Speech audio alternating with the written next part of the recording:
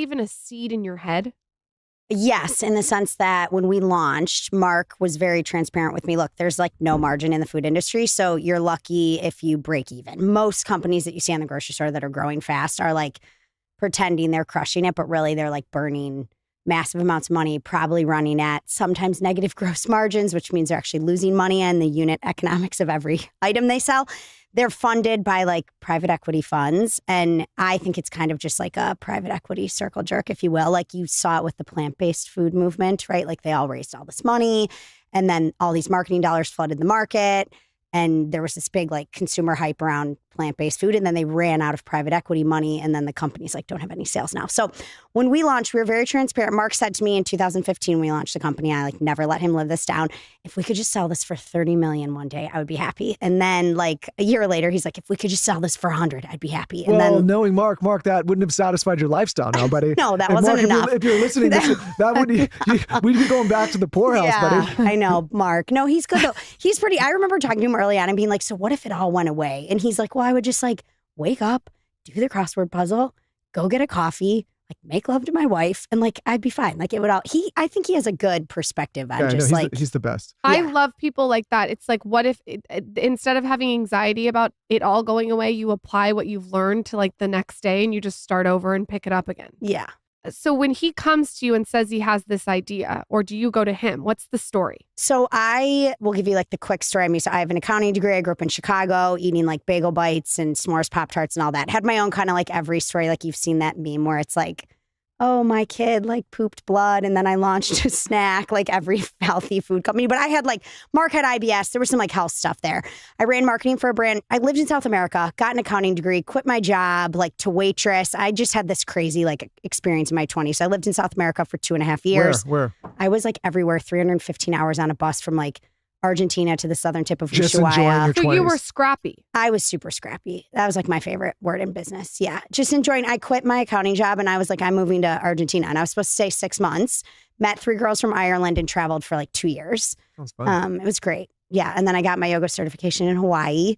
And then I came home and I was like, oh my God, all my friends have jobs. Like I have no idea what I'm doing with my life. You know, I'm so lost.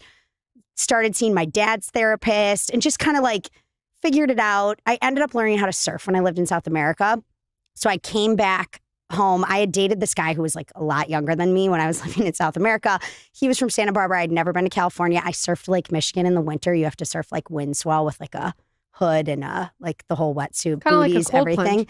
Yeah, it is like a giant, like there was ice floating. It was a lot like a cold plunge, but I was protected. I was wearing a wetsuit, so I'm not as diehard as you guys are.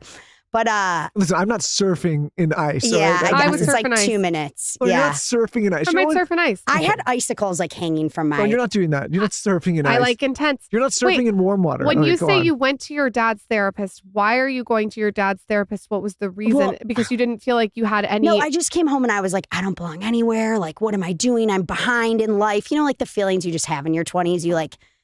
You think you're behind all your friends. Like, I don't know, just the normal feelings. My dad's like, listen, I had a midlife crisis or a quarter life crisis. Like, you got to go see David Roadhouse. So I started seeing this like really cool therapist who was like Stanford theology, like worked at Rush Hospital, helped like transition people to death, and then realized like Christianity wasn't really providing like the right medium to help with that and got super into Buddhism. So my dad was like downtown Chicago. I don't know how we're here, but my dad was downtown Chicago, like financial advisor, but waking up every morning, like meditating when I was growing up. And that was because of this guy, David. And David, he's like really old. He married my husband and I. He's probably like 80 now. He's great. So he started to be my therapist at that point in my life. And I feel like that was kind of like pivotal for me. Like, Does he implement Buddhism in your routine through therapy? I mean, not really, but like that would be maybe his like general approach. But he sees like, if you guys know who Richard Melvin is, he's one of the most successful like restaurateurs. He started Lettuce Entertain You, which is like a huge, like, it's a huge Chicago restaurant company.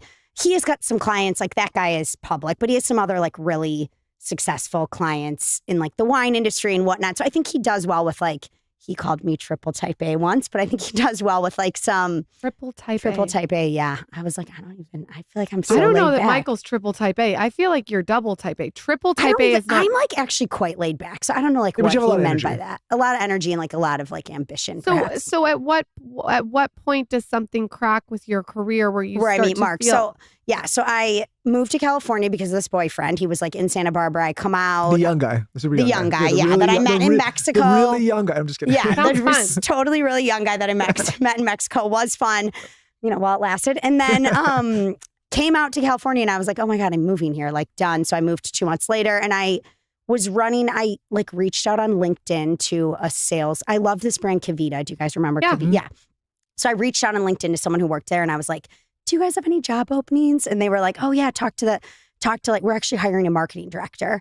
And I had like no business being the marketing director for Kavita. I had worked at an agency and managed the Frito-Lay account and they hired me. They were like sub 10 million in revenue, running the business out of a garage, crazy environment. And I stepped in and ran marketing for them for like all of 7 months. And then I met Mark because I knew who he was. I was like a follower. I had my own, health revelations, right? So I was a follower of Mark. He had his blog at the time and that was like kind of it.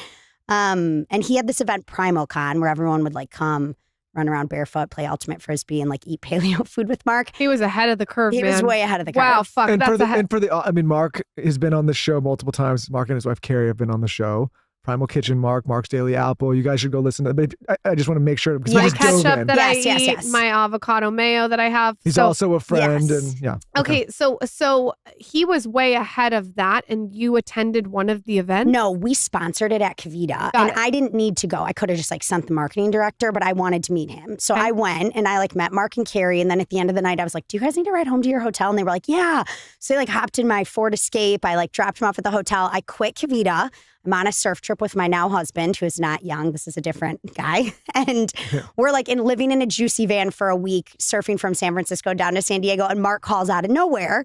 And he's like, hey, this like food company, do you think you could come meet with me? Like he didn't know anyone in the food and beverage industry. So I started like our first meeting, he was going to call the brand Primal Blueprint, which is the name of his book. And I was like, that's a terrible name. You should call it Primal Kitchen. And I'll never forget, I always give him shit about this. He was like, he's like, oh, this meeting was worthwhile. And I was like, yes, you asshole. This meeting was worthwhile before I changed the name of your brand. But this was like 2013. We didn't even launch for like a year and a half. So I started consulting for $50 an hour, with Mark on Primal Kitchen. Wow. Yeah. Okay, That's a good deal. so It was a good Mark, you deal. got a good I was deal. really cheap. I know. here's why I love stories like this.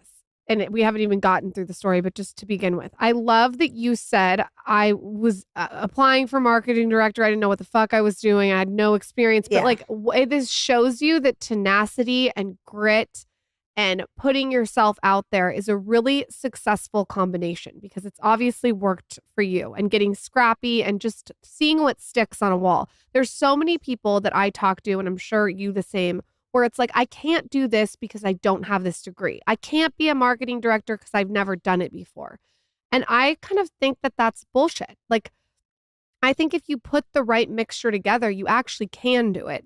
You're almost making an excuse of why you can't. Yeah, I would totally agree. I wish more entrepreneurs would just be honest about how much of the beginning is bullshit, where you're just like figuring random things. Listen, the beginning, the middle, and the end is all bullshit. Like Yeah. we sold the company to Kraft, and like my boss there, who's like a 17-year Heinz executive, was like, Morgan, listen, like nobody has any idea what they're doing, and I was like, oh, I feel so much better. Yeah, I mean, like I barely know what I'm Yeah, doing, I mean, do and I any say of that all the us? time. And like, Yeah. but my point in saying that is like what I always find a shame is all these people think that they're gonna one day know how to do it, but in my opinion, you only figure out how to do it by doing it. Yeah, You know what I mean? totally. And also, like the story doesn't really ever make sense in like until you look back on it. Like for me, you know what I mean? Like an accounting degree, like I don't know, like how does this thing all tie together? But